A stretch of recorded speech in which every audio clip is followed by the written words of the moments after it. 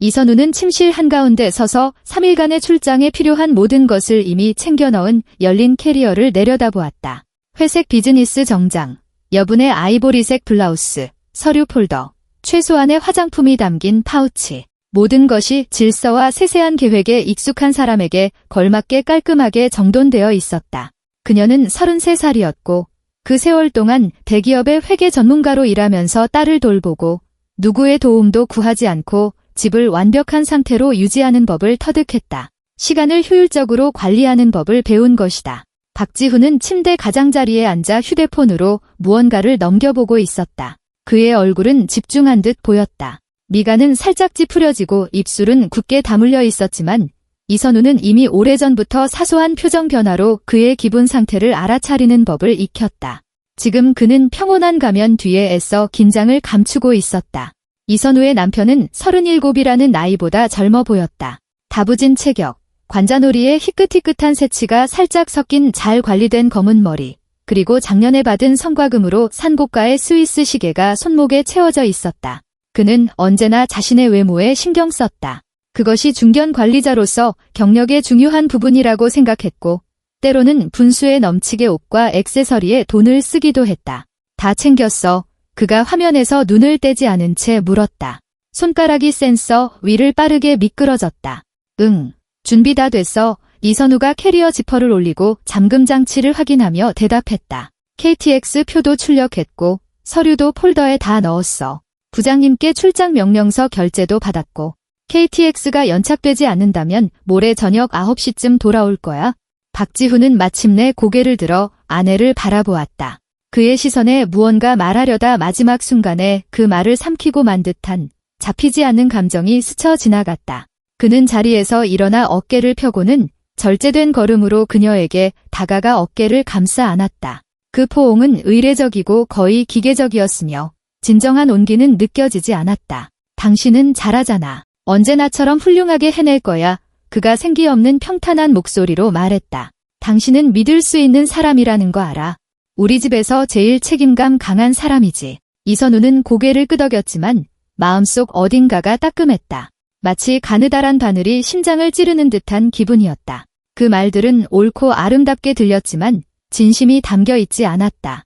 그것은 마치 기업 연수에서 배운 문구를 의미나 내용에 대해 생각하지 않고 자동적으로 내뱉는 것과 같았다.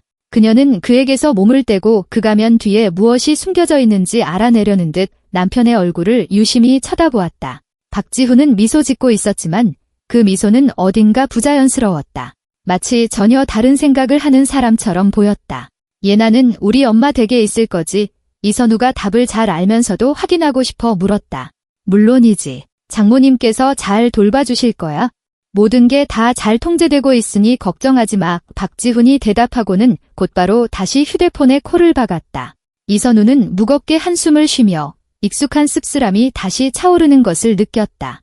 6살 예나는 그녀의 첫 결혼에서 낳은 딸이었고 박지훈은 아이에 대한 무관심을 한 번도 숨긴 적이 없었다. 그는 예나를 입양하지도 않았고 양육에 참여하지도 않았으며 아이와 대화하는 것조차 드물고 마지못해 했다.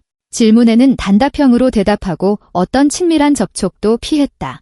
이선우는 오래전에 이 상황을 받아들였다. 3년 전 이 남자를 선택할 때 그가 남의 아이를 자기 아이처럼 받아들일 준비가 되어 있지 않다는 것을 알고 있었다. 하지만 예나와 관련된 일이 생길 때마다 남편이 무관심을 보이거나 아이를 무시할 때마다 가슴속에서는 떨쳐낼 수 없는 저릿한 고통이 피어올랐다.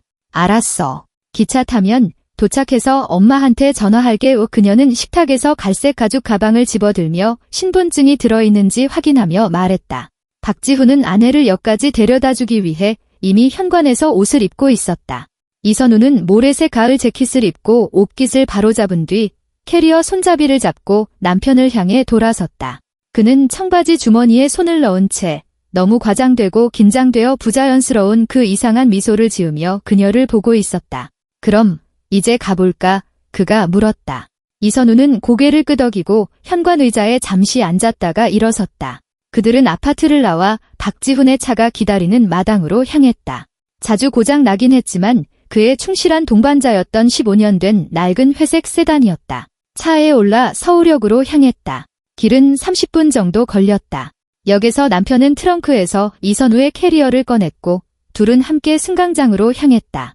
입구에서 그들은 아파트 청소부인 최부님 할머니와 마주쳤다. 할머니는 74살이었지만 여전히 주민들에게서 적은 돈을 받고 아파트 청소를 하고 일주일에 몇 번씩 역에 와서 카페테리아 바닥을 닦고 테이블을 정리하며 일하고 있었다. 최 할머니는 캐리어를 든 이선우를 보았다. 출장 가나 보네. 새댁이 그녀가 빛바랜 두건 아래로 세심한 회색 눈을 빛내며 상냥하게 물었다. 네, 3일 동안요. 이선우가 멈춰서서 대답했다. 업무 때문에 근처 도시로 가요? 최 할머니는 그녀의 얼굴 표정에서 무언가를 읽어내려는 듯 유심히 그녀를 바라보다가 천천히 고개를 끄덕였다. 잘 다녀와요. 거기서 몸조심하고 각별히 조심해. 그녀가 이선우의 남편을 힐끗 보며 조용히 덧붙였지만 선우는 그 말에 큰 의미를 두지 않았다. 그녀는 감사 인사를 하고 작별 인사를 나눈 뒤 계속 걸어갔다. 이선우는 휴대폰을 꺼내 어머니에게 짧은 메시지를 보냈다. 나 지금 서울역이야. 저녁에 전화할게. 예나한테 뽀뽀 많이 해줘. 어머니는 언제나처럼 빠르고 다정하게 거의 바로 답장을 보냈다. 그래, 딸, 우린 괜찮아. 지금 아침으로 죽 먹고 있어? 잘 다녀오렴. 몸 조심하고. 어머니는 언제나 이선우의 삶의 든든한 버팀목이었다. 예나가 겨우 2살 때 첫 남편과 이혼한 후 딸이 아이를 키우는 것을 돕고 힘든 시기에 정신적으로 지지해 주었으며 심지어 가장 기본적인 것조차 부족할 때는 재정적으로도 도와준 사람이 바로 어머니였다. 김영숙 여사님은 60살이었다. 평생을 동네 도서관 사서로 일했고 지금은 도시 외곽의 낡은 아파트 단지, 작은 방 한 칸짜리 아파트에서 살았다. 하지만 예나를 위해서는 항상 접이식 소파에 자리가 있었고 함께 놀고 동화책을 읽을 시간이 있었으며 집에서는 부족했던 할머니의 끝없는 애정이 있었다. 역은 익숙한 소음과 분주함으로 그들을 맞았다. 이선우와 박지훈은 자동문을 통해 건물 안으로 들어갔다. 안에서는 자판기 커피 냄새, 매점의 빵 냄새, 그리고 먼지와 사람들의 땀, 기계 기름이 뒤섞인 역 특유의 냄새가 났다. 그들은 개찰구를 통과하며 영무원에게 표를 보여주었다. 이선우는 매점에서 탄산 없는 미네랄 워터 한 병을 샀고 그들은 벽에 광고 포스터가 붙은 긴 복도를 지나 승강장으로 향했다. 그녀가 탈 KTX는 이미 플랫폼에 서 있었다. 길고 파란색 몸체에 흰색 가로줄이 그려져 있고 측면에는 철도 회사 로고가 새겨져 있었다. 그녀는 인쇄된 표를 보며 정보를 확인했다. 8호차 32번 좌석 특실. 자, 잘 다녀와. 박지훈이 어울리지 않는 거의 연극적인 활기참을 더하며 말했다. 아무것도 걱정하지 마. 여긴 모든 게 다 잘 될 거야. 내가 다 알아서 할 테니 그냥 일에만 집중해. 이선우는 승강장에 얼어붙은 채 서서 등골이 오싹해지는 것을 느꼈다. 그 말 속에 무언가가 그녀를 불안하게 만들고 내면을 긴장시켰다. 박지훈은 보통 그녀가 떠나기 전에 이렇게 말이 많지 않았다. 보통은 고개를 끄덕이고 의례적으로 거의 오빠처럼 뺨에 입을 맞추고는 집이나 직장으로 돌아갔다. 그런데 지금 그는 마치 그녀가 아무것도 묻지도 않았고 어떤 의심도 표현하지 않았는데도 무언가를 설득하려는 듯했다. 그가 왜 이러는 걸까? 알았어. 그녀가 그의 얼굴을 뚫어지게 보며 천천히 말했다. 다녀올게, 지훈 씨. 박지훈은 서둘러 자리를 떴고 이선우는 콘크리트 승강장을 따라 열차를 지나며 천천히 객차 번호를 세기 시작했다. 아침 시간이라 역에는 언제나처럼 사람이 많았다. 누군가는 이별을 앞두고 가족과 껴안고 입을 맞추며 작별 인사를 나누고 있었다. 누군가는 무거운 가방과 배낭을 객차 통로로 부지런히 싣고 있었다. 누군가는 한쪽에 서서 긴 여행을 앞두고 마지막 담배를 피우며 차가운 공기 속으로 연기를 내뿜고 있었다. 이선우는 자신의 8호차까지 걸어가 계단을 올라 막발을 들여놓으려 할 때 갑자기 누군가 그녀의 팔을 꽉 고집스럽게 거의 아플 정도로 붙잡는 것을 느꼈다. 그녀는 균형을 잃으며 급히 돌아섰고 최부님 할머니를 보았다. 할머니는 승강장에서 헐떡이며 겁에 질려 거의 일그러진 얼굴로 그녀 앞에 서 있었다. 그녀는 가슴에 서울역 직원이라는 노란색 명찰이 달린 파란색 작업복을 입고 있었다. 한 손에는 금속 양동이를, 다른 한 손에는 긴 나무 대걸레를 들고 있었다. 멈춰요. 최 할머니가 날카롭고 큰 소리로 말하자 몇몇 사람들이 돌아보았다. 그 기차 타면 안 돼요? 듣고 있어요. 타지 말아요. 이선우는 어리둥절한 채 이해할 수 없는 상황에 속이 울렁거렸다. 최 여사님, 여기서 뭐 하세요? 무슨 일이에요? 왜 절 막으시는 거예요? 나이든 여인은 주위를 재빨리 둘러보며 누가 엿듣거나 지켜보지 않는지 확인하는 듯 하더니 이선우를 자신 쪽으로 더 가까이 끌어당기며 목소리를 속삭임으로 낮췄다. 빨리 나 따라와요. 보여줄 게 있어? 이건 아주 중요해요. 세댁. 아주 중요해. 날 믿어요. 그녀가 차가운 손가락으로 이선우의 손목을 꽉 쥐며 속삭였다. 질문하지 말고 그냥 따라와요. 지금 당장. 이선우는 어찌할 바를 몰라 망설였다. 무슨 일이지? 왜 아파트 청소부가 그저 얼굴만 아는 사람이 역에서 나를 붙잡고 어디론가 가자고 하는 걸까? 이것은 터무니없고 비논리적이며 심지어 무섭기까지 했다. 혹시 제정신이 아닌 걸까? 머리에 문제가 있는 걸까? 하지만 최 할머니의 얼굴은 절대적으로 진지하고 침착하며 거의 엄격하기까지 했다. 그녀의 눈에는 농담이나 광기, 노쇠한 혼미함은 없었다.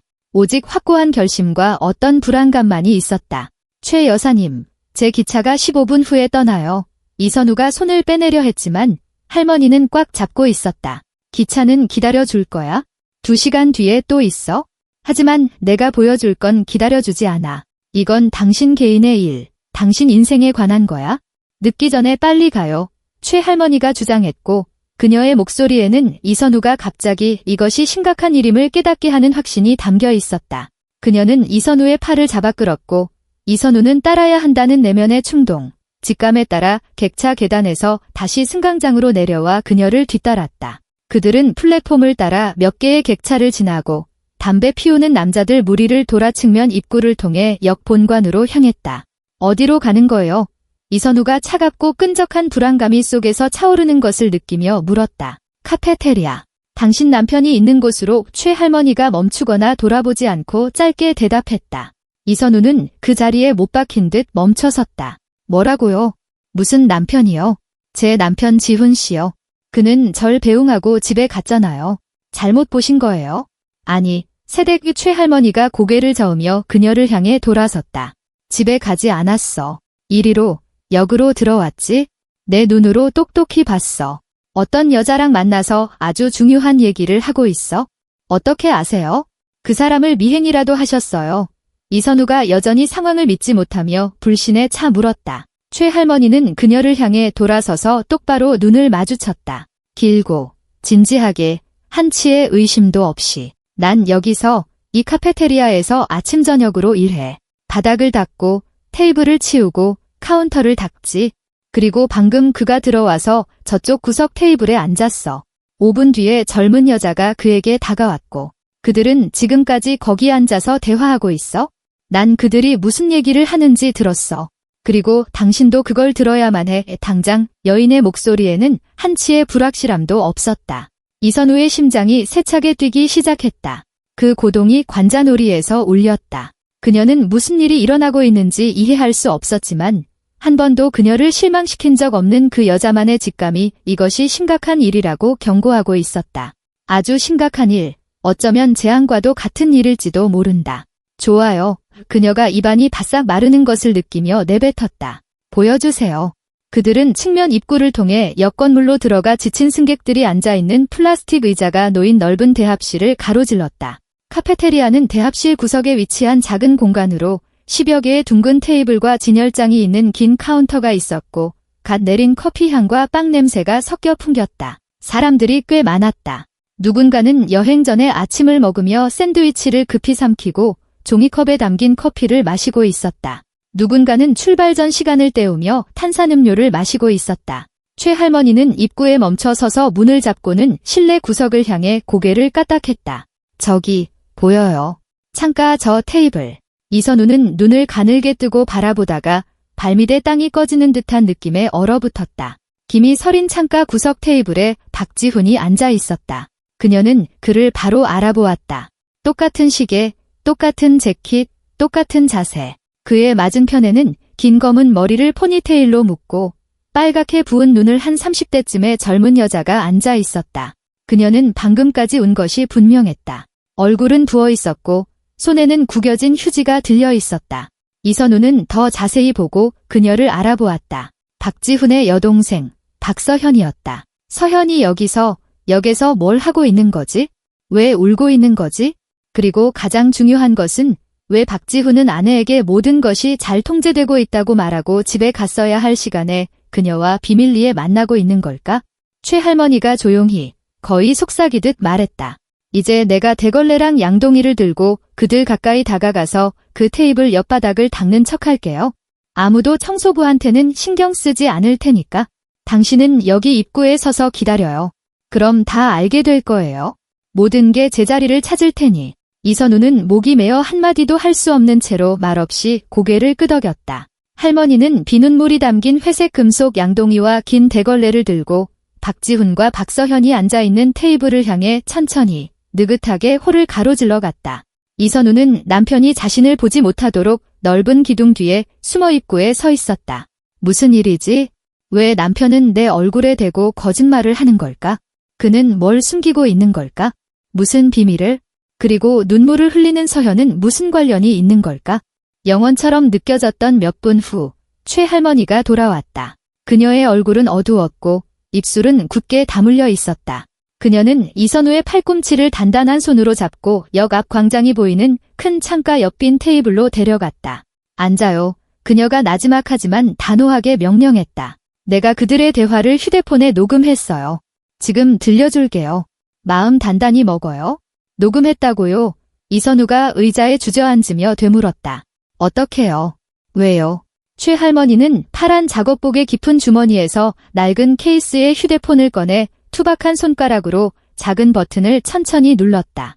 여기서 일하면서 중요한 거, 불안한 걸 들으면 오래전부터 이렇게 해왔어요. 인생에서 무슨 일이 일어날지 모르니까. 사람들이 하는 말은 나중에 증명할 수 없을 때가 많거든. 자, 잘 들어봐요. 그녀는 필요한 파일을 찾아 오디오 녹음을 켜고 이선우의 귀에 갖다 댔다. 작은 스피커에서 처음에는 불분명하고 희미하게, 그러다 점점 더 선명하고 뚜렷하게 목소리가 들려왔다. 흐느낌에 끊어지고 두려움에 떨리는 여자의 목소리였다. 민석 씨가 다 망쳤어. 알겠어? 전부 다 5억 대출. 5억이야. 벌써 한 번 집 앞에서 남자 둘이 기다리고 있었어. 돈 안 갚으면 험한 꼴 볼 거라고 했어?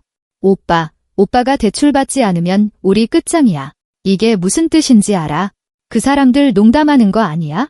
무서운 사람들이라고. 박지훈의 목소리는 낮고 긴장됐지만 단호했다. 내가 다 처리할게. 서현아, 진정해. 선우가 출장 갔으니까 이제 우리가 다 처리할 수 있어? 그 여자 아파트 담보대출이 유일한 해결책이야. 다른 방법은 없어. 그 여자는 아무것도 모를 거야. 중요한 건 시간이야. 그 여자가 돌아오기 전에 모든 걸 끝내야 해. 우리에겐 3일이 있어? 박서현이 희망을 품고 흐느꼈다. 그 여자 동의는? 동의 없이는 담보 설정 못하잖아. 불법이야. 박지훈이 짜증과 조바심을 내며 말했다. 오상철 변호사가 그 여자 없이도 위임장 만들 수 있다고 했어. 서명을 위조할 거야. 그 사람한테 선우 서명 샘플이 다 있어. 내가 서류 사본을 넘겨줬거든. 모든 게 깨끗하게 처리될 거야. 나중에 아무도 증명 못해. 그 여자가 뭔가 의심하더라도 말이야. 녹음이 갑자기 끊겼다. 이선우는 최할머니의 휴대폰을 손가락으로 꽉 쥔 채 꼼짝 않고 앉아 있었다. 그녀 주위의 세상은 존재하지 않았다. 더 이상 카페테리아도, 역도, 사람들도, 소음도 없었다. 그녀는 머릿속에서 메아리치며 의식을 조각내는 그 말들만 들을 수 있었다. 그 여자 아파트 담보대출, 서명을 위조할 거야. 그 여자는 아무것도 모를 거야. 3일, 최할머니가 그녀의 어깨에 주름진 따뜻한 손을 얹었다. 이제 알겠어요. 세댁, 내가 왜 당신을 멈춰 세웠는지, 왜 기차에 타지 못하게 했는지. 이선우는 마치 안개 속을 헤매는 것처럼 천천히 최할머니에게 시선을 들었다. 눈에는 눈물이 고였지만 그녀는 울지 않았다. 그녀 안에서는 차가운 얼음 같은 분노가 솟아오르고 있었다. 너무나 강하고 압도적이어서 고통, 상처, 두려움, 혼란 등 다른 모든 감정을 덮어버렸다. 뇌에 그녀가 속삭였다. 이제 모든 걸 알겠어요. 이선우는 테이블 위에 놓인 휴대폰에서 눈을 뗄 수 없었다. 녹음은 끝났지만 그 말들은 마치 고장난 레코드판처럼 머릿속에서 계속 맴돌았다. 그녀는 생각을 정리하려 기계적으로 머리를 쓸어 넘겼다. 최부님 할머니는 맞은편에 앉아 그녀가 정신을 차릴 시간을 주며 조용히 지켜보고 있었다. 정말로 오늘 처음 보신 건가요? 아니면 그전에도 뭔가 있었나요? 마침내 이선우가 물었다. 그녀의 목소리는 마치 다른 사람의 것인 양 이상하고 둔탁하며 멀게 들렸다. 어제도 뭔가 들었지? 최할머니가 무겁게 한숨을 쉬며 대답했다. 댁의 아파트 3층 복도를 청소하고 있었어. 저녁 8시쯤이었지? 당신 남편이 복도에서 전화 통화를 하고 있었어. 주위에 아무도 없다고 생각했나 봐. 조용히 말했지만 난 다 들었어. 누군가에게 이렇게 말하더군. 내일 그 여자 떠나면 우리한테 3일이 있어. 오상처리가 다 준비할 거야. 혼전 재산인 아파트지만 상관없어. 우리가 소급해서 처리할 거야. 내일 역 카페테리아에서 만나자. 그때는 무슨 말인지 완전히 이해하지 못했지만 뭔가 찜찜했어. 아주 불길한 예감이 들었지? 이선우는 얼어붙었다. 그렇다면 박지훈은 이 일을 미리 계획했다는 것이다. 오늘 아침에 결정한 것이 아니었다. 여동생의 압박에 못 이겨 돕기로 한 것도 아니었다. 그는 계획하고 준비하고 적절한 순간을 기다렸던 것이다. 그리고 그 순간은 바로 그녀의 출장. 그녀가 다른 도시에 멀리 떨어져 전화나 만남이 불가능한 3일이어야 했다. 오늘 일부러 역에 일찍 왔어. 최할머니가 목소리를 낮추며 계속했다. 그가 뭘 꾸미는지 내 눈으로 직접 보고 싶었거든. 여기서 15년이나 일해서 구석구석 직원 한 명 한 명 다 알아. 먼저 당신과 남편을 봤고 그 다음에 카페테리아에 앉아서 대걸레를 들고 아침 청소를 시작하는 척했지. 그리고 정말 그를 봤어. 먼저 그가 와서 창가 구석 테이블에 앉아 커피를 주문했어. 5분쯤 뒤에 그 젊은 여자, 눈물 흘리던 그 여자가 나타났지. 입구에서부터 울면서 손수건으로 눈을 닦고 있었어. 난 바로 직감했지. 지금 중요한 대화가 시작될 거라고. 아주 심각한 대화. 내가 그들 옆에서 3분은 좋게 바닥을 닦았어. 가장 중요한 내용을 듣기에는 충분한 시간이었지. 그들은 날 눈치채지도 못했어. 대걸레든 청소부한테 누가 신경이나 쓰겠어? 난 그들에게 그냥 인테리어의 일부, 가구나 마찬가지였지. 최할머니의 목소리에 씁쓸한 웃음이 묻어났다. 그 다음에 화장실을 점검하러 승강장으로 나갔다가 당신을 봤어. 캐리어를 끌고 당신 객차로 가고 있더군. 그 순간 깨달았지? 당신이 기차에 타고 떠나버리면 모든 게 끝장이라고. 그들이 서류를 꾸미고 당신 아파트를 담보로 대출을 받고 당신은 모레 돌아와서 하루아침에 집을 잃었거나 빌리지도 않은 거액의 빚을 떠안게 됐다는 걸 알게 될 거라고. 이선우는 눈을 감고 머리끝까지 차오를 듯한 감정을 억누르려 애썼다. 분노는 감사와 뒤섞였고 상처는 냉정한 계산과 뒤엉켰다. 그녀는 냉정하게 생각하고 자신을 다잡아야 했다. 지금은 눈물이나 히스테리, 여자다운 나약함을 보일 때가 아니었다. 감사합니다. 최 여사님. 정말 감사합니다. 그녀가 눈을 뜨고 할머니를 바라보며 조용하지만 단호하게 말했다. 여사님이 아니었다면 전 모든 걸 잃었을 거예요. 정말 모든 거려. 최 할머니가 주름진 손을 저었다. 천만에, 세댁. 그냥 모른 척할 수가 없었어. 양심상 밤에 편히 잠들 수 없었을 거야. 이제 앞으로 어떻게 할지 생각해봐. 시간이 없어. 저들은 바로 지금 이 순간에도 당신을 어떻게 탈탈 털어먹을지 계획하고 있다고. 이선우는 의자에 등을 꼿꼿이 세우고 공황 상태를 떨쳐내며 논리적으로 생각하기 시작했다. 아파트는 정말로 혼전 재산이었다. 박지훈을 만나기 전에 첫 남편의 부모님에게서 물려받은 집을 판돈에다 몇 년간 일하며 모은 돈을 보태 산 것이었다. 법적으로 그것은 그녀의 개인 재산이었고 남편은 그에 대해 어떠한 권리도 없었다.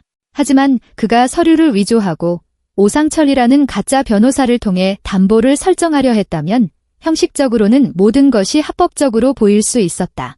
적어도 서류상으로는 첫눈에는 그랬다. 나중에 서명이 위조되었다는 것을 증명하려면 소송을 통해 오랜 감정을 통해야만 했다.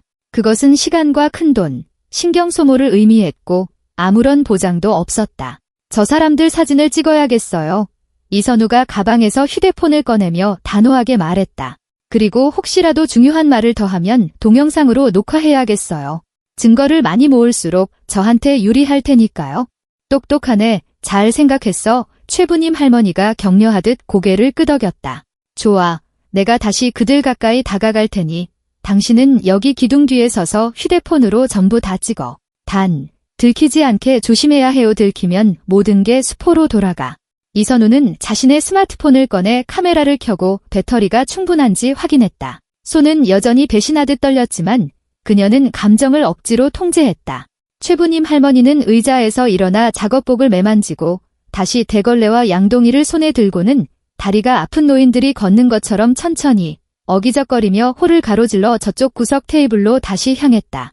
이선우는 박지훈이 우연이라도 자신을 보지 못하도록 넓은 콘크리트 기둥 뒤에 몸을 숨기고 카메라 렌즈를 남편에게 맞췄다. 스마트폰 화면을 통해 그녀는 박지훈의 얼굴을 세세하게 클로즈업해서 볼 수 있었다. 그는 그녀에게 반쯤 옆모습을 보인 채 앉아 있었고 얼굴은 긴장되어 있었다. 광대뼈는 도드라지고 입술은 가느다란 선으로 굳게 다물려 있었다. 박서현은 그에게 열정적으로 무언가를 말하며 손을 흔들고 있었고 그녀의 절망적인 몸짓으로 보아 신경 쇠약 직전임이 분명했다. 이선우는 선명한 사진 몇 장을 찍었다. 남편의 얼굴을 따로, 박서현의 옆모습을 따로, 그리고 그들의 모습이 담긴 테이블 전체 샹을 찍었다. 그러고 나서 휴대폰을 동영상 촬영 모드로 전환하고 빨간 녹화 버튼을 눌렀다. 최부님 할머니는 그들의 테이블에서 약 2m 떨어진 줄 사이 통로에 멈춰 서서 대걸레를 긴 동작으로 움직이며 능숙하게 바닥을 닦기 시작했다. 그리고 바로 그 순간 테이블 근처에서 음성 녹음이 진행되고 있었다.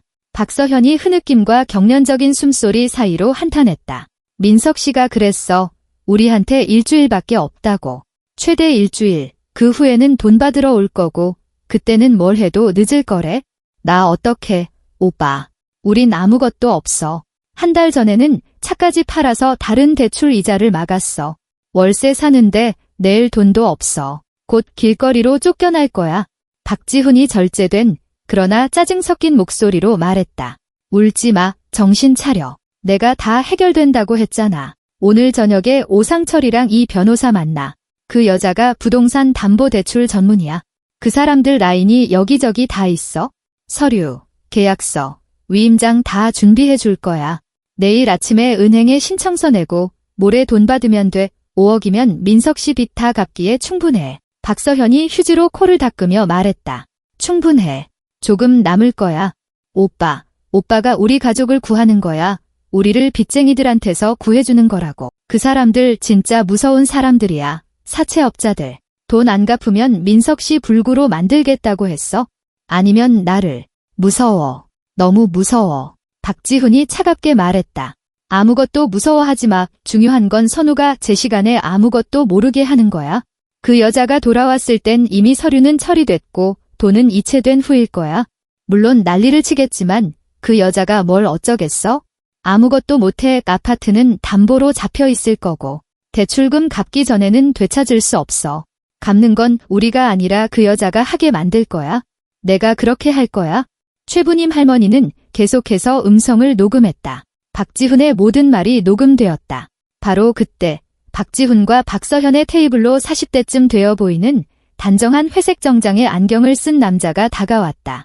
그는 가죽 서류 가방을 들고 있었고 전형적인 변호사나 법무사처럼 보였다. 이선우는 그를 알아보았다. 박지훈의 지인이자 서류 작업을 처리해주던 오상철이었다. 그들은 몇 번 모임에서 본 적이 있었다.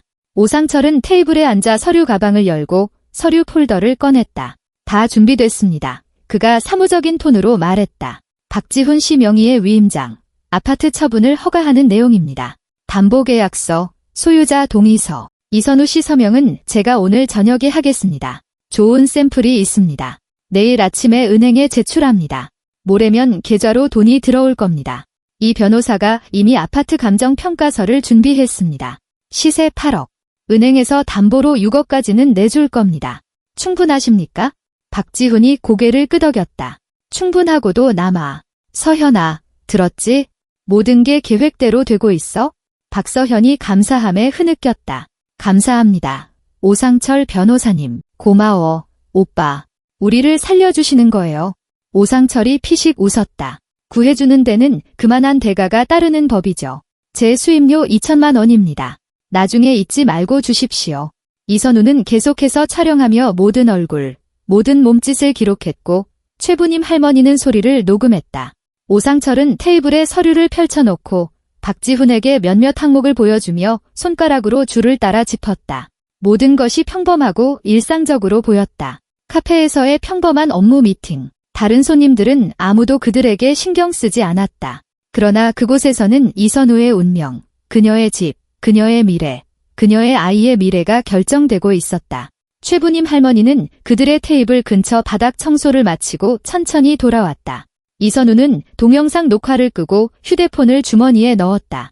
최 할머니가 그녀에게 다가와 양동이를 바닥에 내려놓고 의자에 무겁게 주저앉았다. 자, 봤어. 그녀가 조용히 물었다. 네, 이선우가 짧게 대답했다. 전부 녹화했어요. 이제 그들의 공모 증거가 있어요. 이제 이것도 들어봐. 최 할머니가 자신의 휴대폰을 이선우에게 건넸다. 이선우는 음성 녹음을 마저 듣고 말없이 나이든 여인을 바라보았다. 이제 어떡할 거야? 이선우는 박지훈, 박서현, 오상철이 계속해서 사기 계획의 세부 사항을 논의하고 있는 테이블 쪽을 바라보았다. 그녀의 마음속에는 더 이상 고통도 상처도 없었다. 오직 차가운 결심만이 있었다. 오늘 아무데도 안 갈 거예요. 그녀가 단호하게 말했다. 회사에 전화해서 출장을 취소할 거예요. 아프다거나 급한 일이 생겼다고 말해야죠. 집으로 가서 제 아파트를 지키기 위해 모든 걸 할 거예요. 그리고 나서 남편과 끝장을 볼 거예요. 완전히요. 지금은 제 휴대폰으로 오디오 파일들을 옮겨야겠어요. 최부님 할머니가 자신의 휴대폰을 내밀며 격려하듯 고개를 끄덕였다. 그래, 세댁. 당하고만 있지 마. 당신은 젊고 강하고 아이도 있잖아. 그런 인간들이 당신 인생을 망치게 둬선 안 돼. 다시 한번 감사합니다. 최 여사님. 이선우는 자리에서 일어나 여인을 꼭 껴안았다. 여사님이 아니었다면 전 모든 걸 잃었을 거예요. 이 은혜는 평생 잊지 않을게요. 자, 이거 받으세요. 이선우가 나이든 여인에게 50만 원을 내밀었다. 여사님의 따뜻한 마음에 대한 보답이에요. 아니야, 세댁. 난 순수한 마음으로 한 건데. 저도 순수한 마음이에요. 제가 드리고 싶어서 그래요.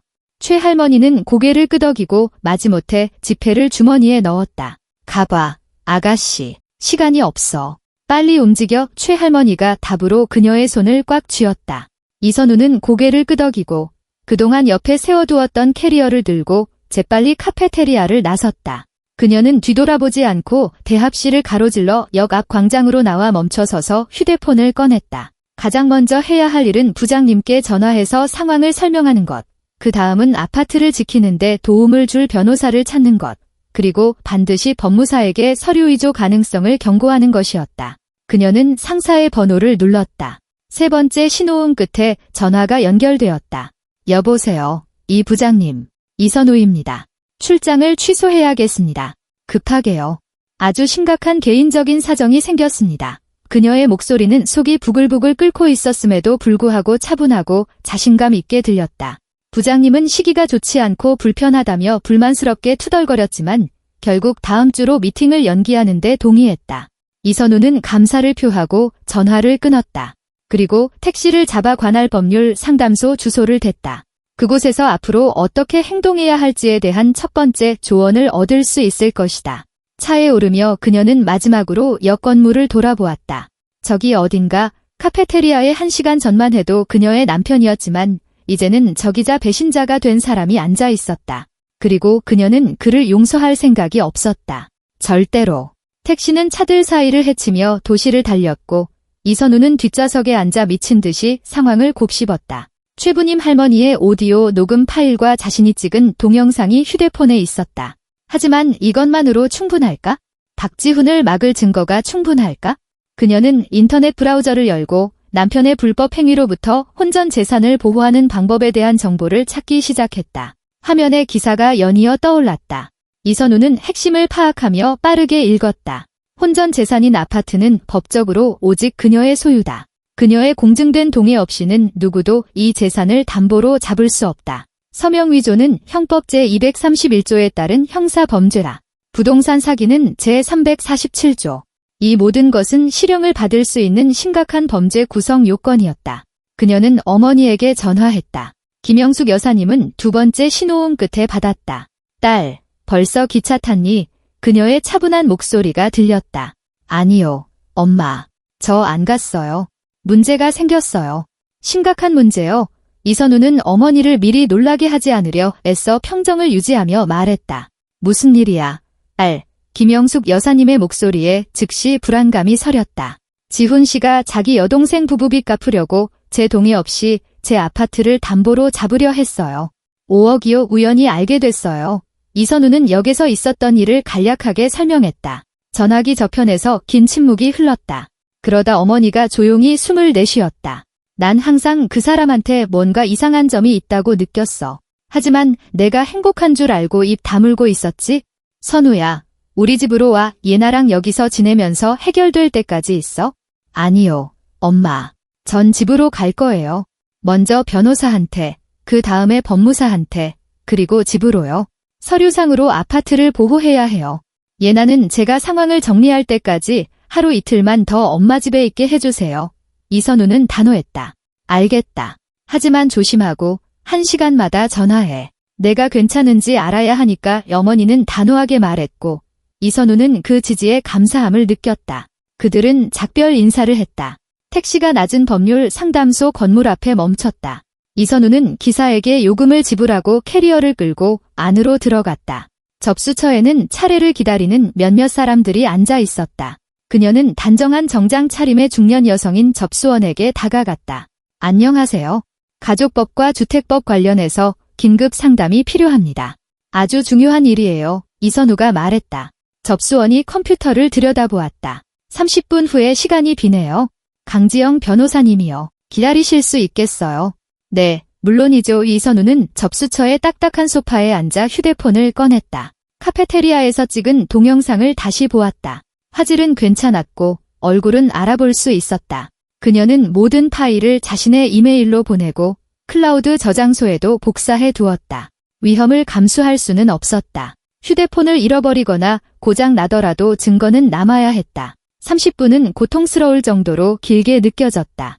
이선우는 창밖으로 평범한 삶이 흘러가는 거리를 바라보며 앉아 있었다. 사람들은 자신의 일을 하러 가고 있었고 바로 옆에서 누군가의 모든 것이 무너지고 있다는 사실을 알지 못했다. 마침내 접수원이 그녀를 불렀다. 강지영 변호사는 날카로운 눈빛과 짧고 세련된 금발머리를 한 50대쯤의 여성이었다. 그녀는 이선우의 말을 중간에 끊지 않고 귀에 깊게 들으며 수첩에 메모를 했다. 이야기가 끝나자 변호사는 모든 녹음 파일을 보여달라고 요청했다. 이선우는 먼저 최부님 할머니의 오디오를, 그 다음에 자신의 동영상을 틀었다. 강 변호사는 집중해서 듣고 보며 가끔 고개를 끄덕였다. 모든 것이 끝나자 그녀는 펜을 테이블에 내려놓았다. 그들은 법을 어기면서 심각한 위험을 감수하고 있군요. 범죄를 저지를 의도가 있었다는 직접적인 증거가 있습니다. 이 녹음 파일들은 중요한 증거입니다. 특히 서명 위조에 대한 오상철 변호사의 증언이 그렇습니다. 강 변호사가 말을 시작했다. 지금 당신은 빠르고 명확하게 행동해야 합니다. 첫째, 즉시 법무사에게 가서 당신의 개인적인 출석 없이는 당신의 아파트에 대한 어떠한 행위도 금지한다는 신청서를 작성하세요. 법무사가 이 정보를 등기소에 등기할 겁니다. 거래를 시도하려는 어떠한 시도도 차단될 겁니다. 이선우는 휴대폰에 메모하며 고개를 끄덕였다. 둘째, 사기 및 문서 위조 미수 혐의로 경찰에 고소장을 작성하세요. 녹음 파일 사본을 첨부하시고요. 그들이 조사를 하고 모든 관련자를 소환하게 하세요. 변호사가 계속했다. 셋째, 박지훈 씨가 대출을 받으려는 은행에 연락해서 서류 위조 가능성에 대해 경고하세요. 은행들은 이런 문제에 매우 심각하게 대처합니다. 자신들도 피해를 볼 수 있기 때문이죠. 그들은 당신의 부동산과 관련된 모든 거래를 차단할 겁니다. 이혼은요?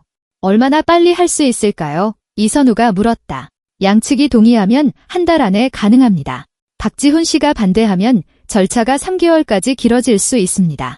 하지만 상황을 고려할 때 법원은 당신 편을 들어줄 겁니다.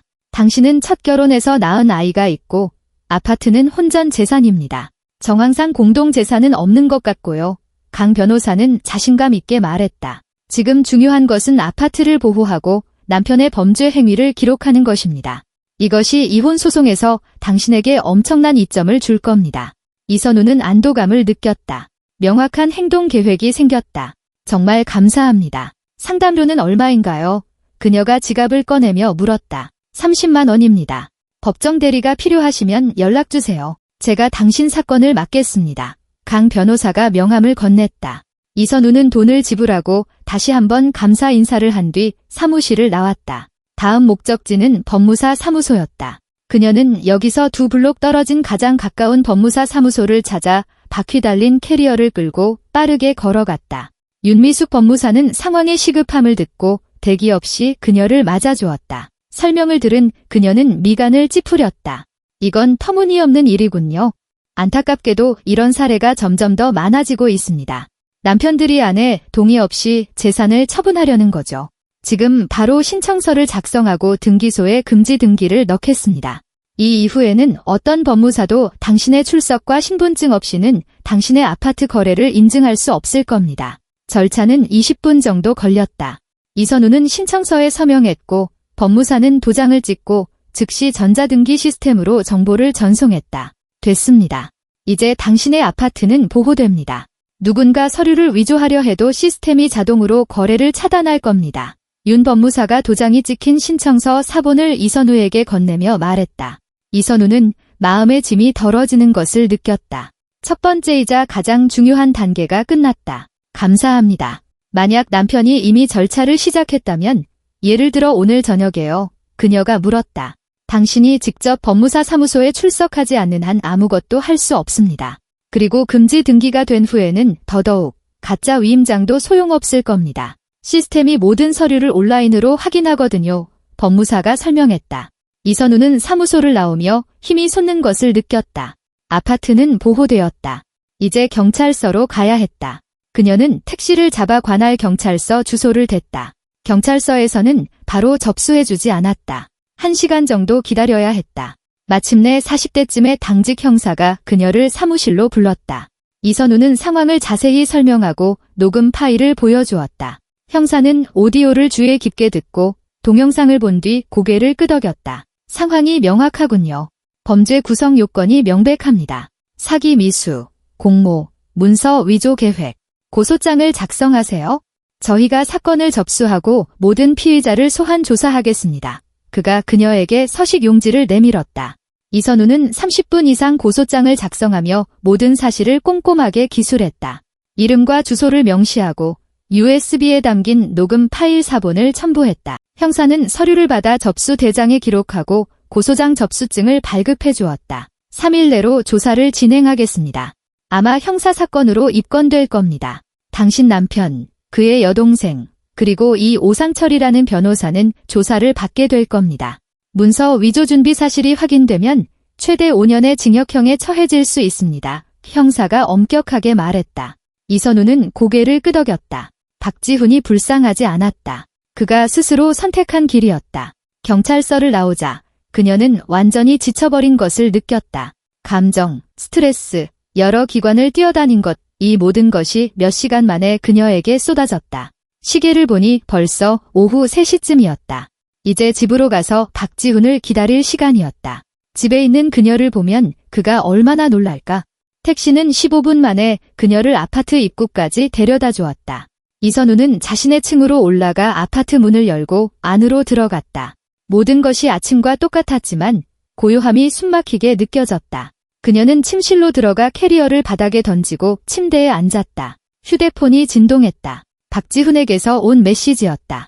왜 전화 안 받아? 시간 될 때 전화 줘. 이선우는 피식 웃었다. 그가 언제쯤 집에 돌아올지 궁금했다. 그녀는 메시지에 답장하지 않았다. 그가 아무것도 모르게 두는 편이 나았다. 그녀는 실내복으로 갈아입고 차를 끓여 부엌에 앉아 남편에게 무슨 말을 할지 생각했다. 소리치거나 히스테리를 부릴 필요는 없었다. 그녀는 그저 그에게 녹음 파일을 보여주고 모든 것을 알고 있다고 말할 것이다. 그리고 그의 계획은 실패했다고. 저녁 6시쯤 현관문이 닫히는 소리가 났다. 복도에서 발소리가 들렸다. 박지훈이 부엌으로 들어오다가 아내를 보고 문지방에 멈춰섰다. 선우야, 당신 여기서 뭐해? 왜 안 갔어? 그는 당황했고 얼굴이 창백해졌다. 당신 계획을 알게 됐으니까. 그녀가 그의 눈을 똑바로 쳐다보며 차분하게 대답했다. 당신이 내 아파트를 담보로 잡으려 했다는 거 알아. 서현이, 민석 씨, 오상철, 그리고 5억 빚에 대해서도 알아. 전부 다 알아. 박지훈은 입을 벌렸지만 할 말을 찾지 못했다. 그는 다리에 힘이 풀린 듯 맞은편 의자에 주저앉았다. 어떻게? 누가 말했어? 그가 쉰 목소리로 물었다. 그건 중요하지 않아. 중요한 건 다른 거지. 내가 역 카페테리아에서 당신들 대화를 녹음했어. 전부 다 당신 말, 서현이 말, 오상철의 계획까지. 나한테는 동영상과 오디오 파일이 있어. 난 이미 변호사, 법무사, 그리고 경찰서에도 다녀왔어. 아파트는 법적으로 보호됐어. 담보 설정을 하려는 어떤 시도도 차단될 거야. 그리고 당신 여동생, 오상철은 사기 미수와 문서 위조 혐의로 형사 입건될 거야. 이선우는 감정 없이 평탄하게 말했다. 박지훈은 더욱 창백해졌다. 그는 두 손으로 머리를 감쌌다. 선우야, 당신은 이해 못해. 이건 가족을 위한 거였어. 우리가 돈을 갚지 않으면 서현이가 죽을 수도 있어. 민석 씨가 빚더미에 앉았다고. 사채업자들이 그를 압박하고 있어? 난 돕고 싶었을 뿐이야. 내 희생으로, 내 동의 없이 사기를 쳐서 당신 여동생을 돕고 싶었다고? 내 딸이 사는 내 아파트를 담보로 잡고 내 서류를 위조해서 우리를 길거리에 나앉게 하거나 거액의 빚을 떠안게 하려고? 당신은 우리에 대해 생각이나 했어? 아니면 상관없었어? 이선우는 속에서 다시 분노가 끓어오르는 것을 느꼈다. 내가 돈을 갚았을 거야? 내가 대출금을 갚아나갔을 거라고 박지훈이 변명하려 했다. 뭘로? 당신 월급 500만 원으로? 5억 대출이면 몇 년 동안 매달 최소 700만 원은 갚아야 해. 당신은 감당 못했을 거고 아파트는 은행에 넘어갔을 거야. 그리고 나와 예나는 길바닥에 나앉았겠지. 이선우는 일어서서 그에게서 등을 돌려 창가로 다가갔다. 나 이혼 소송할 거야. 당장 내일 짐 싸서 여기서 나가. 이 아파트는 내 거고 당신은 더 이상 여기서 살지 않아. 박지훈은 오랫동안 침묵하다가 조용히 물었다. 그럼 서현이는 이제 어떻게 돼? 그건 그 여자 문제야. 그리고 당신 문제지. 내 문제는 아니야. 이선우가 잘라 말했다. 나가. 지훈 씨 당장. 그는 일어나 침실로 가서 짐을 싸기 시작했다. 이선우는 부엌에 서서 창밖을 바라보았다. 모든 것이 끝났다. 이 남자와의 삶은 오늘 서울역에서 끝났다. 그리고 거짓과 배신이 없는 새로운 삶이 시작되고 있었다. 박지훈은 조용히 아파트를 오가며 자기 물건들을 챙겼다. 이선우는 그가 옷장을 열고 옷을 꺼내고 가방에 무언가를 던져 넣는 소리를 들었다. 그녀는 부엌에 앉아 창밖을 바라보았다.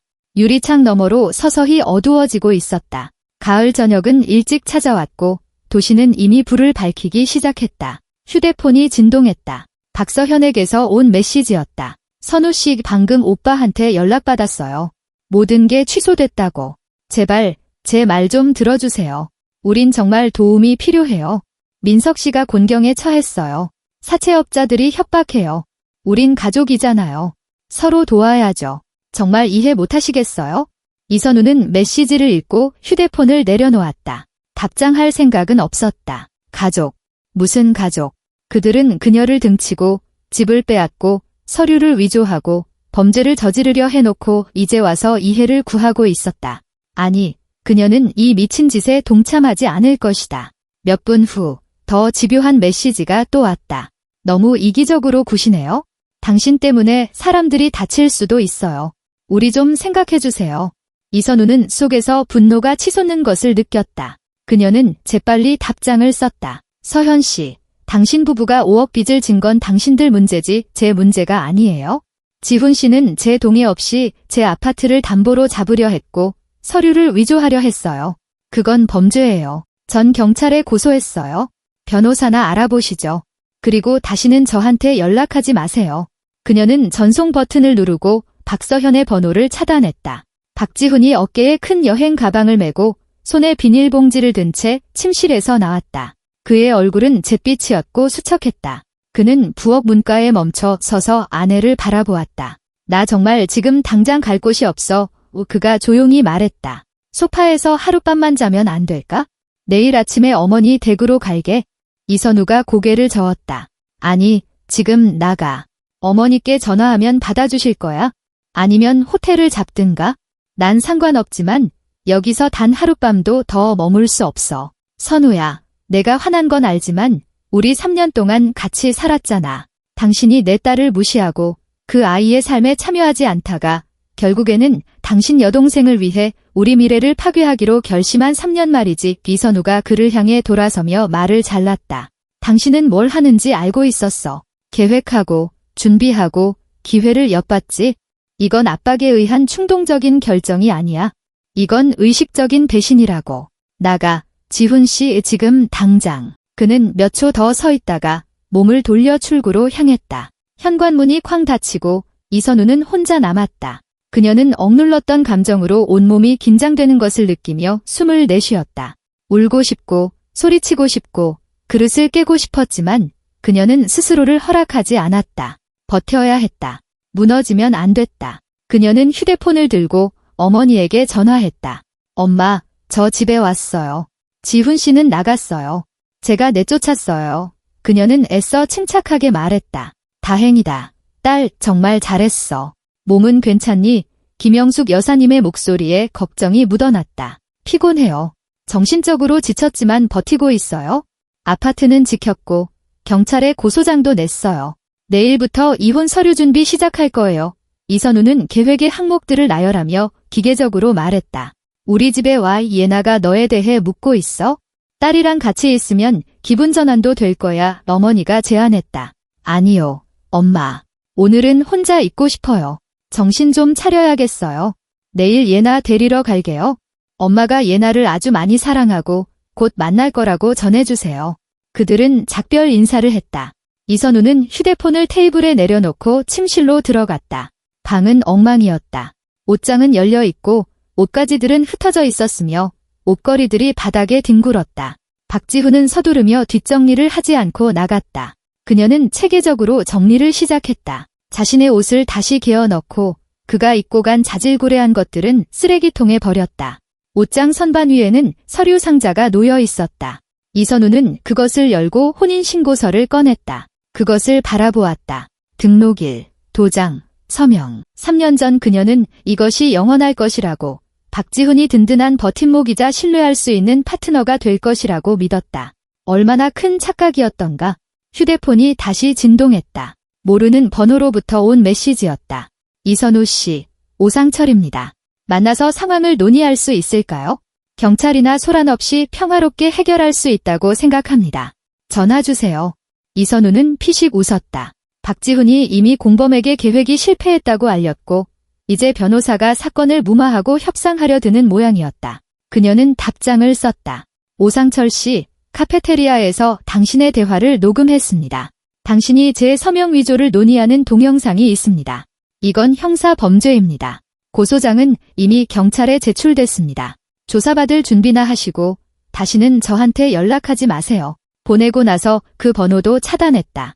그녀는 옷을 입은 채로 침대에 누워 눈을 감았다. 피로가 무거운 짐처럼 덮쳐왔다. 오늘 하루는 끝없는 악몽 같았다.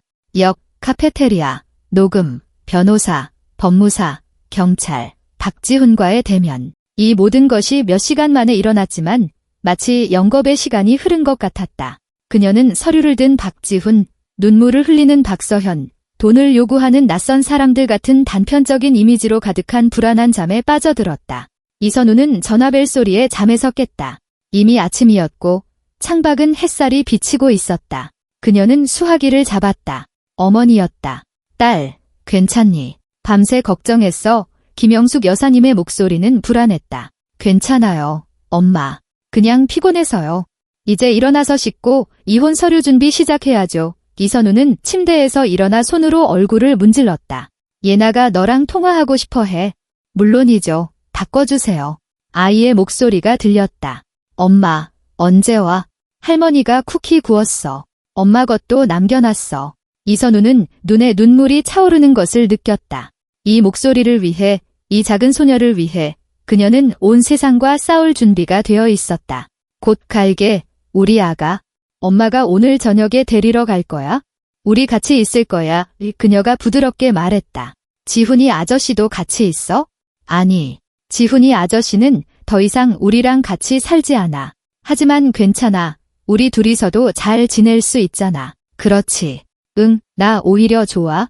아저씨는 어차피 나랑 안 놀아줬잖아. 예나가 천진하게 대답했다. 아이들은 언제나 거짓을 느낀다. 이선우는 딸과 작별 인사를 하고 저녁에 오겠다고 약속한 뒤 전화를 끊었다. 그녀는 일어나 샤워를 하고 옷을 입고 아침을 먹었다. 계속 움직여야 했다. 가장 먼저 법률 상담소에 전화해서 강지영 변호사와 예약을 잡았다. 만남은 정오로 정해졌다. 그 다음 인터넷에서 이혼 신청을 할 수 있는 가장 가까운 주민센터 주소를 찾았다. 오전 11시, 그녀는 집을 나서 다기능센터로 향했다. 대기 줄은 길지 않았다. 20분 후, 그녀는 창구로 불려갔다. 20대 젊은 여직원이 그녀의 말을 듣고 고개를 끄덕였다. 이혼 신고는 부부 양측이 함께 하거나 일방적으로 법원을 통해 할 수 있습니다. 미성년 자녀가 있거나 재산 분쟁이 있으면 법원을 통해서만 가능합니다. 저는 첫 결혼해서 낳은 딸이 있고 남편이 입양하지 않았어요. 공동 재산은 없고 아파트는 제 혼전 재산이에요. 구청에서 이혼할 수 있을까요? 이선우가 했다. 남편분이 동의하면 가능합니다. 하지만 그분의 신청서도 필요해요. 동의하지 않거나 회피하면 법원을 통해서만 가능합니다. 직원이 설명했다. 알겠습니다. 그럼 일방적으로 법원에 소송을 제기하겠습니다. 어떤 서류가 필요한가요? 여직원은 목록을 건네주었다. 소장, 신분증 사본, 혼인관계증명서, 자녀의 출생증명서, 아파트 등기부등본, 인지대 납부 영수증. 이선우는 감사 인사를 하고 주민센터를 나왔다. 다음 목적지는 강 변호사와의 만남이었다. 그녀는 정오에 맞춰 상담소에 도착했다. 강지영 변호사는 그녀를 반갑게 맞았다. 안녕하세요. 이선우 씨, 다시 찾아주셔서 다행입니다. 우리 만남 후에 무슨 일이 있었는지 말씀해 주세요. 이선우는 박지훈과의 대화, 그의 퇴거, 박서현과 오상철에게서 온 메시지 등 모든 사건을 자세히 설명했다. 모든 걸 올바르게 처리하셨습니다. 강 변호사가 고개를 끄덕였다. 이제 이혼을 진행하죠. 제가 소장을 작성하겠습니다. 사유는 피고가 원고의 재산에 대해 사기 행위를 계획했으며 이는 경찰에 제출된 자료로 입증되므로 명시하겠습니다. 이것은 심각한 사유입니다. 법원은 명백히 당신 편을 들어줄 겁니다. 얼마나 걸릴까요? 이선우가 물었다. 대략 2개월 정도입니다. 박지훈 씨가 이 일을 제기하지 않으면 더 빨라질 수도 있습니다. 변호사가 설명했다. 자녀 양육비는 청구하시겠습니까? 이선우는 잠시 생각했다. 예나는 박지훈의 딸이 아니었다. 법적으로 그는 아무런 의무가 없었다. 아니요. 그는 아이와 관계없어요. 제가 알아서 할게요. 알겠습니다. 그럼 모든 것이 간단해집니다. 며칠 시간을 주시면 서류를 준비하겠습니다. 그 후에 관할 법원에 소송을 제기하죠. 강 변호사는 수첩에 메모하기 시작했다. 그들은 세부 사항을 논의했다. 이선우는 모든 서류 사본을 남겼다. 만남은 1시간 정도 걸렸다. 상담소를 나오며 그녀는 일이 진척되고 있다는 것을 느꼈다. 저녁에 그녀는 예나를 데리러 어머니 댁에 갔다. 아이는 기쁜 비명을 지르며 그녀를 맞았고 목에 매달렸다. 이선우는 딸을 꼭 껴안고 아이의 머리칼 냄새를 맡으며 마음속이 따뜻해지는 것을 느꼈다. 엄마, 울어. 예나가 그녀를 보며 놀라서 물었다. 아니, 아가. 그냥 너무 보고 싶어서 그래. 이선우는 눈물을 닦고 미소 지었다. 김영숙 여사님은 딸을 안고 귓가에 속삭였다. 힘내. 딸, 다 잘 될 거야. 넌 강하잖아. 이선우와 예나, 둘이서 집으로 돌아왔다. 아파트는 고요하고 깨끗하게 그들을 맞았다. 이선우는 딸을 재우고 동화책을 읽어준 뒤 민트와 레몬을 넣은 차를 끓여 부엌에 앉았다. 휴대폰이 다시 진동했다. 박지훈에게서 온 메시지였다. 선우야, 우리 차분하게 얘기 좀 하자. 어쩌면 우리 해결책을 찾을 수 있을지도 몰라. 난 우리 가족을 깨고 싶지 않아. 그녀는 오랫동안 화면을 바라보았다. 그리고 답장을 썼다. 지훈 씨, 가족을 깬 건 당신이야. 내 아파트를 담보로 잡으려 했을 때에 더 이상 할 말 없어. 법원에서 이혼 소장 기다리고 형사사건으로 경찰 조사받을 준비나 해. 보내고 나서 휴대폰을 껐다. 오늘은 이만하면 충분했다. 내일은 새로운 날, 새로운 과제가 있을 것이다. 하지만 가장 중요한 것은 이미 해냈다. 자신과 딸을 지킨 것이다. 그리고 그것이 가장 중요했다. 그녀는 예나의 방으로 들어가 잠든 아이를 바라보았다. 그렇게 작고 무방비하지만 그녀에게는 결코 상처받게 두지 않을 엄마가 있었다. 이선우는 조용히 문을 닫고 잠자리에 들었다. 앞으로 긴 싸움, 이혼, 재판, 어쩌면 법정 다툼이 기다리고 있었지만 그녀는 준비가 되어 있었다. 그녀는 강했고 이길 것이었다. 이선우가 박지훈을 집에서 내쫓은 지 일주일이 지났다. 서류 작업, 변호사와의 만남, 여러 기관 방문으로 가득 찬 7일이었다. 그녀는 자신의 이익을 보호하고 이혼을 준비하기 위해 필요한 모든 것을 체계적으로 수행했다. 월요일, 강지영 변호사가 전화해서 소장이 준비되었다고 알렸다. 이선우는 상담소로 가서 서류에 서명하고 인지대 납부 고지서를 받았다. 같은 날 은행에서 납부하고 사본을 변호사에게 전달했다. 강 변호사는 다음 날 법원에 소송을 제기하겠다고 약속했다. 화요일, 경찰서에서 진술을 위한 출석 요구서가 왔다. 이선우는 지정된 시간에 출석했다. 그녀의 고소장을 받았던 바로 그 형사가 하는 질문을 하고 답변을 조서에 기록했다. 그녀는 중요한 것 하나 놓치지 않고 모든 것을 다시 상세하게 이야기했다. 박지훈, 박서현, 오상철을 소환 조사했습니다. 박지훈과 박서현은 출석해서 진술했지만 대부분 부인하며 빠져나가려 했습니다. 오상철은 변호사와 함께 와서 변호사 입회 없이는 진술을 거부했습니다. 형사가 사건 자료가 담긴 폴더를 넘기며 말했다. 하지만 우리에겐 당신의 녹음 파일이 있습니다. 우리는 대규모 사기 미수 혐의로 형사사건을 입건합니다.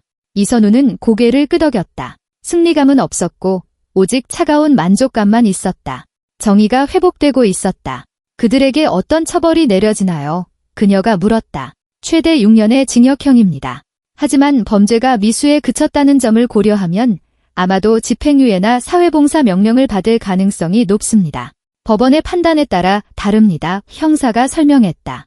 오상철에게는 변호사 자격 정지도 추가될 겁니다. 이선우는 그에게 감사 인사를 하고 사무실을 나왔다. 밖에서는 어머니가 예나와 함께 그녀를 기다리고 있었다. 김영숙 여사님은 딸이 일을 보는 동안 손녀를 돌봐주었다. 어떻게 됐어? 근처 카페에 앉자 어머니가 물었다. 형사사건으로 입건됐어요. 세 사람 모두 징역형을 받을 수 있대요. 이선우가 예나가 색칠 공부에 열중하는 것을 보며 짧게 대답했다. 어제 지훈이가 나한테 전화했었어. 김영숙 여사님이 뜻밖의 말했다. 나더러 너한테 영향력을 행사해서 경찰 고소를 취하하도록 설득해달라고 하더군. 이선우가 놀라 고개를 들었다. 그래서 뭐라고 대답하셨어요? 모든 게 자기 잘못이라고 했지? 내 딸과 손녀를 등치려 했다고. 그리고 난 전적으로 널 지지한다고 말했어. 어머니는 한치의 망설임도 없이 단호하게 말했다. 이선우는 어머니의 손을 잡고 꽉 쥐었다. 고마워요, 엄마. 엄마는 언제나 내 편이네요. 수요일, 법원에서 소장이 도착했다. 이혼 소송의 첫 재판은 3주 후로 잡혔다. 이선우는 달력에 날짜를 표시했다. 강 변호사는 박지훈이 재판에 불출석하거나 맞소송을 제기하는 등 절차를 지연시키려 할 수 있다고 경고했다. 하지만 최악의 경우라도 이혼은 3개월 안에 이루어질 것이었다. 목요일, 박지훈의 어머니인 윤정혜 여사에게서 전화가 왔다.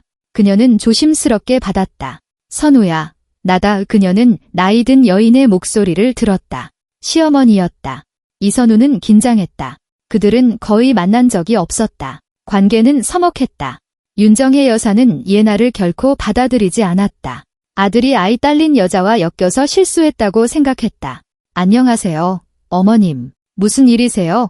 이선우가 무뚝뚝하게 대답했다. 너랑 만나야겠다. 지훈이에 대해 얘기 좀 하자. 중요한 일이야. 여인의 목소리는 긴장되어 있었다. 무슨 얘기를요? 전 이혼 소송을 제기했어요. 지훈 씨가 스스로 선택한 길이에요. 이선우는 타협할 생각이 없었다. 제발 30분만 시간을 내줘. 중립적인 장소에서 만나자. 압박하거나 설득하지 않을게. 그냥 상황을 설명하고 싶을 뿐이야. 윤정혜 여사가 고집했다. 이선우는 생각했다. 호기심이 이겼다. 좋아요. 내일 오후 2시에 시청 앞 카페요. 아시죠? 그래, 안다. 고마워. 갈개 시어머니가 안도하며 대답했다. 다음 날 이선우는 약속 시간 15분 전에 카페에 도착했다. 커피를 주문하고 창가에 앉았다. 정확히 2시에 윤정혜 여사가 나타났다. 61세의 여성, 지친 얼굴과 생기 없는 눈을 한 백발의 여인이었다. 그녀는 나이보다 늙어 보였다. 안녕, 선우야. 그녀가 맞은편에 앉으며 조용히 인사했다. 안녕하세요. 말씀하세요. 이선우는 감정을 드러내지 않고 절제된 태도를 보였다. 윤정혜 여사는 말을 고르며 잠시 침묵하다가 입을 열었다. 지훈이가 끔찍한 짓을 저질렀다는 거 안다. 그 애를 변호하려는 게 아니야? 그 애한테 무슨 일이 있었는지 들었을 때 난 충격받았어. 하지만 난 그 애 엄마고 내가 그 애가 왜 그랬는지 이해해 주길 바란다. 왜요? 이선우가 차갑게 물었다. 서현이, 그 애 여동생. 지훈이는 항상 서현이에 대한 책임감을 느꼈어.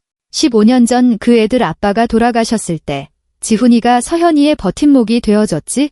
돈으로 돕고 문제를 해결해주고. 그런데 지금 서현이가 끔찍한 상황에 처했어. 민석이가 대출을 잔뜩 받고 직장을 잃고 사채업자들이 협박하고. 지훈이는 그냥 어떻게 도와야 할지 몰랐던 거야. 윤정혜 여사가 설명했다. 그녀의 목소리에는 이해를 구하는 애원이 담겨 있었다. 그래서 저와 제 딸을 희생하기로 결심했군요. 제 아파트를 담보로 잡고 서류를 위조하고 우리를 길거리에 나앉게 하려고요. 이선우는 속에서 다시 분노가 끓어오르는 것을 느꼈다. 그걸 범죄라고 하는 거예요?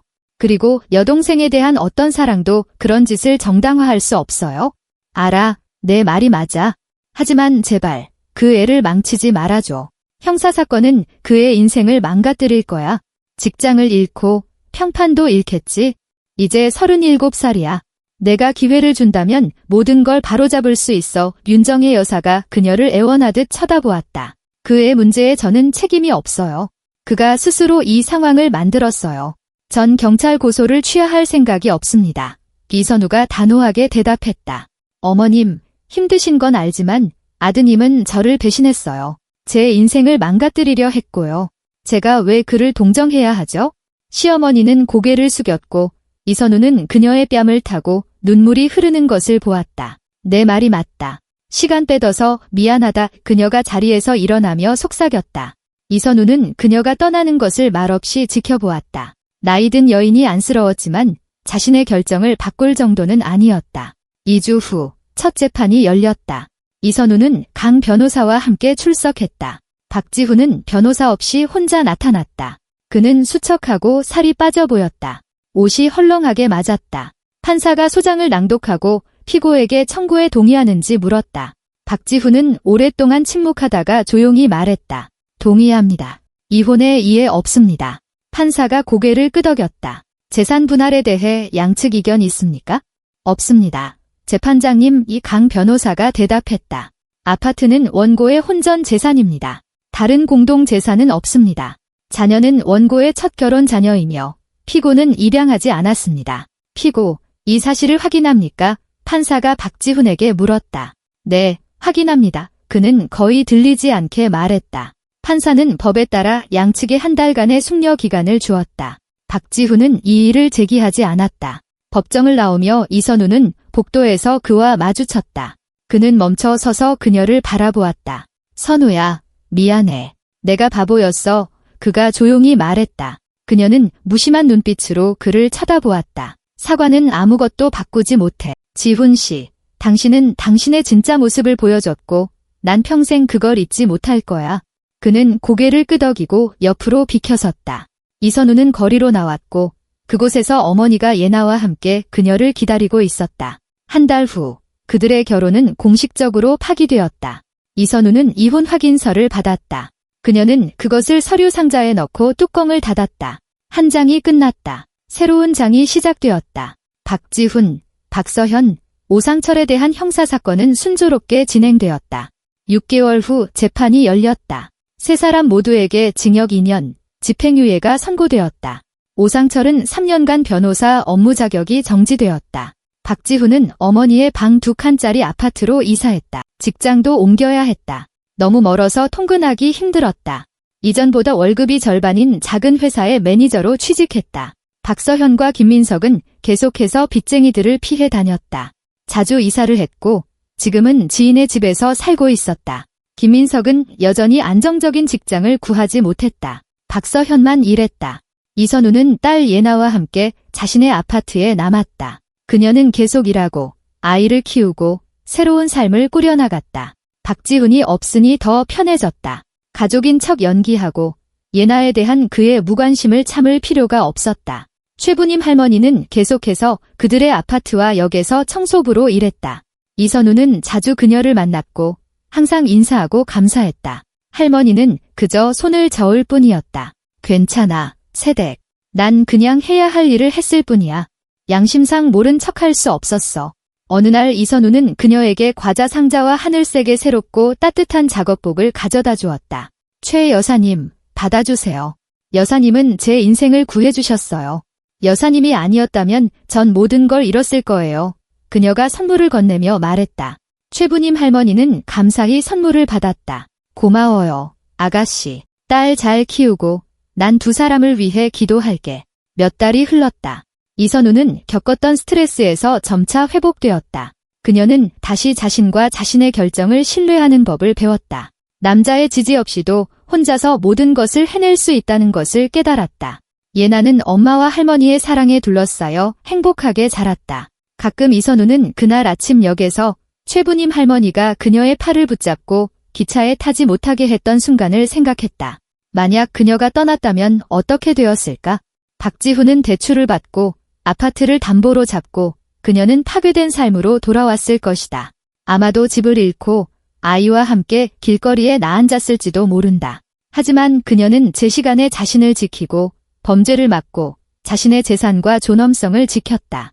인생은 계속되었고 이선우는 이제 여동생의 문제보다 자신을 덜 소중히 여겼던 사람의 거짓과 배신으로부터 자유로워졌다.